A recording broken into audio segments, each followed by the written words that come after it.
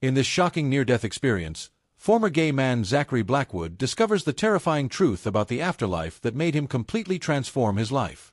What he witnessed will leave you speechless.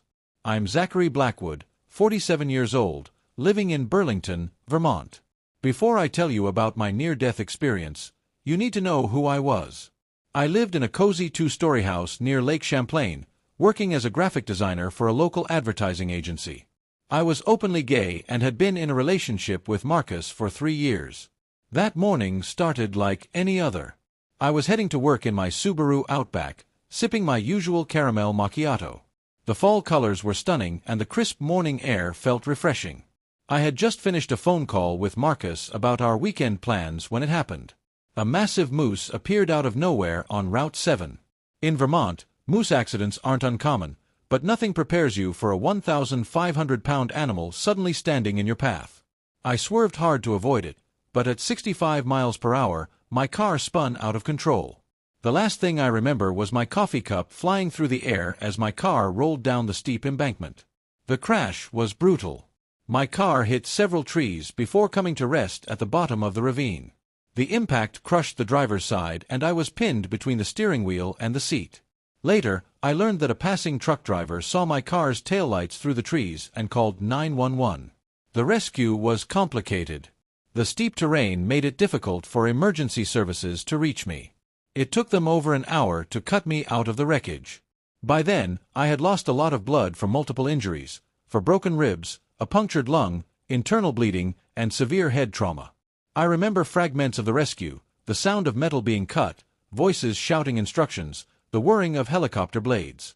They airlifted me to the University of Vermont Medical Center in Burlington. The doctors later told me that I died twice in the helicopter, once for 3 minutes and again for 4 minutes. Marcus was at work when he got the call. He rushed to the hospital, but by then, I was already in emergency surgery. The doctors gave me a 20% chance of survival. Multiple surgeries were needed to stop the internal bleeding and repair the damage to my organs. What happened during those minutes when my heart stopped changed everything. The experience was so vivid, so real, that it completely transformed my understanding of life, death, and everything I thought I knew about existence. It wasn't like the peaceful, loving experiences you often hear about in near-death stories. What I saw and felt was something entirely different, something that would haunt me forever. Before this happened, I was comfortable with who I was. I had a good life, a loving partner, and a successful career. I never questioned my lifestyle or beliefs. I was raised Catholic, but hadn't been to church since high school. Religion wasn't part of my life, and I didn't think it needed to be. I believed that if there was a God, He would accept me as I was. But those minutes when I was clinically dead showed me how wrong I had been. The experience shook me to my core and forced me to confront truths I had been avoiding my entire life. What I saw in those moments between life and death would change not just my beliefs, but my entire way of living. The moment my heart stopped, everything changed. It wasn't like falling asleep or passing out, it was instant and crystal clear. I felt myself separate from my body, floating above the helicopter. I could see the paramedics working frantically on my lifeless form below, but I felt strangely detached from it all, like watching a movie about someone else. Then came the tunnel. Not the peaceful, warm light that people often describe, but a swirling vortex that pulled me in with incredible force. The sensation was terrifying, like being sucked through a vacuum at impossible speeds. Colors I'd never seen before swirled around me, and there was a deep, resonating hum that seemed to vibrate through my very being. As I moved through this tunnel, I began to feel an overwhelming sense of my life's actions being laid bare. It wasn't just memories playing back, it was like experiencing every moment simultaneously, but this time I felt the full weight and consequence of each action. Every lie I'd told, every person I'd hurt, every selfish decision, they all carried a physical weight that pressed against me. The most crushing revelations were about my relationships. I saw Marcus, but not in the loving light I was used to. Instead, I saw how our relationship, which I had always defended as love, was actually causing spiritual harm to both of us. Each intimate moment we shared appeared as dark spots on our souls, like ink drops in clear water. I saw my childhood, when I first started feeling different from other boys. I remembered the confusion, the fear, and eventually the defiance against traditional values. But now, from this new perspective, I could see how each step away from my early religious upbringing had led me further from truth. The tunnel experience felt like it lasted for hours, though it was probably just seconds in real time. Then suddenly, everything stopped. I found myself in a vast space that defied description. It wasn't dark or light, it just was. And I wasn't alone. A presence approached me. It wasn't a physical form, but I knew immediately who it was, Jesus Christ himself. The recognition came with absolute certainty, like suddenly remembering something you've always known but somehow forgot. His presence was overwhelming, pure love mixed with an authority that made me want to fall to my knees. But this wasn't the gentle Jesus from Sunday school pictures. This was the King of Kings, the Judge of all creation. In his presence, every justification I'd ever made for my lifestyle crumbled to dust. I couldn't hide anything, not from him, not from myself. He didn't speak with words, but his message flowed directly into my consciousness.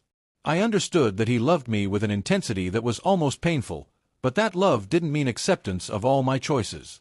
I saw how my lifestyle, which I had convinced myself was natural and good, was actually in direct opposition to his design. The message was clear. My sexual orientation itself wasn't the sin. It was the choice to act on it, to embrace it, to make it my identity. I saw how this choice had affected not just me, but others around me. Every time I'd encourage someone else to be true to themselves by embracing homosexuality, I'd actually been leading them away from salvation. Then came the most difficult part. Jesus showed me others, countless souls who had made the same choices I had. I saw them in what I can only describe as a holding place. Not quite hell, but definitely not heaven. They were trapped in their own justifications, unable to move forward because they refused to acknowledge the truth about their choices. What struck me most was that many of these souls had been religious, even Christians, but they had chosen to interpret Scripture in ways that justified their lifestyle rather than conform to God's actual design. I saw how this deliberate misinterpretation had created a barrier between them and true salvation. The presence of Jesus then guided me to witness something that still makes me shudder. I saw glimpses of hell, not the cartoonish version with red devils and pitchforks, but something far more terrifying. It was a place of complete separation from God's love, where souls experienced the full consequence of their choices. I understood then that hell wasn't a punishment God created out of anger, but rather the natural result of choosing to live permanently separated from Him. The souls there had made their choice during their earthly lives, and now that choice was eternalized. What happened next was even more intense. Jesus began showing me the truth about sexuality and gender as He designed it. I saw how the male and female union was more than just physical. It was a spiritual reality that reflected deeper truths about God's relationship with humanity. I was shown how modern culture's embrace of alternative lifestyles wasn't progress, but rather a sophisticated form of deception. Each step away from traditional marriage and gender roles was actually a step away from divine truth. The revelation continued as I was shown the spiritual impact of pride parades, gender transition surgeries, and same-sex marriages. From this heavenly perspective, I could see the spiritual darkness that surrounded these events, despite their outward appearance of joy and celebration. But what hurt most was seeing how my own activism had affected others. Every time I had spoken out in favor of LGBTQ rights, I had been unknowingly leading others away from salvation. The weight of this responsibility was crushing. Jesus showed me specific moments, conversations I'd had, social media posts I'd made, young people I'd influenced. Each instance was like a stone around my neck, and I felt the full weight of my role in leading others astray. Yet through all this, I felt no condemnation from Jesus, only an overwhelming love and desire for me to understand the truth. He showed me how many of my gay friends were actually struggling with their choices, despite their outward appearance of happiness and pride. Then came a series of visions about my future, two possible paths. In one, I continued my current lifestyle, eventually dying without changing, and facing the eternal consequences. In the other, I embraced the truth, left my gay lifestyle, and helped others do the same. The contrast between these two futures was stark and undeniable. I was shown that my same-sex attractions weren't my fault. They were the result of various influences and experiences in my life. But how I chose to act on them was my responsibility.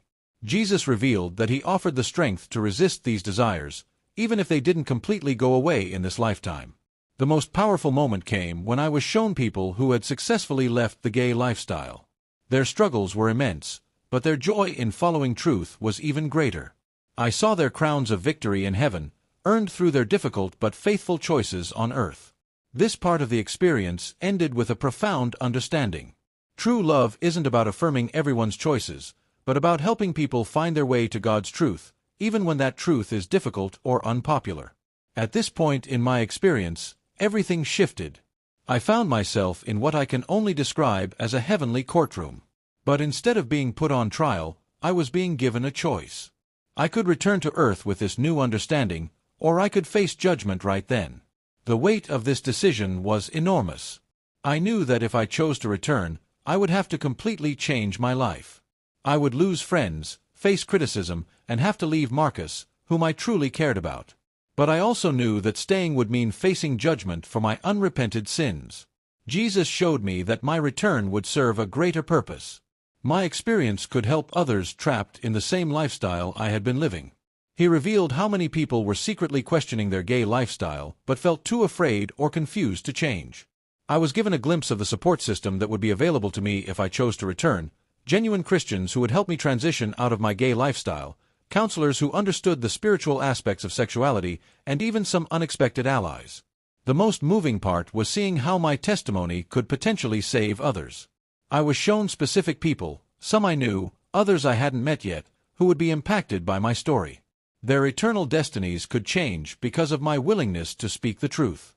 Before making my decision, I was given one final vision. I saw myself speaking to large groups, sharing my testimony, and helping others find freedom from the gay lifestyle. I saw tears of joy as people found healing and restoration through accepting God's design for sexuality. But I was also shown the cost. I saw myself being called a bigot, a traitor to the LGBTQ community, and worse. I saw former friends turning their backs on me, social media attacks, and even threats to my safety. Yet alongside these challenges, I saw the peace that comes from living in truth. The choice became clear. With a mixture of fear and determination, I chose to return. The moment I made this decision, I felt an overwhelming sense of peace and purpose, despite knowing the difficulties that lay ahead. Just before returning to my body, I received one final message. My mission wasn't to condemn, but to love. To help others find the same truth I had discovered, always with compassion and understanding, remembering that I too had once been blind to these truths. Waking up in the hospital was like being born again. The physical pain was intense, but it paled in comparison to the spiritual awakening I had experienced. Marcus was by my bedside, holding my hand, but I knew things would never be the same between us. The first few weeks were the hardest. Explaining my experience to Marcus broke both our hearts. He thought the head trauma had affected my mind, that I would come to my senses once I recovered.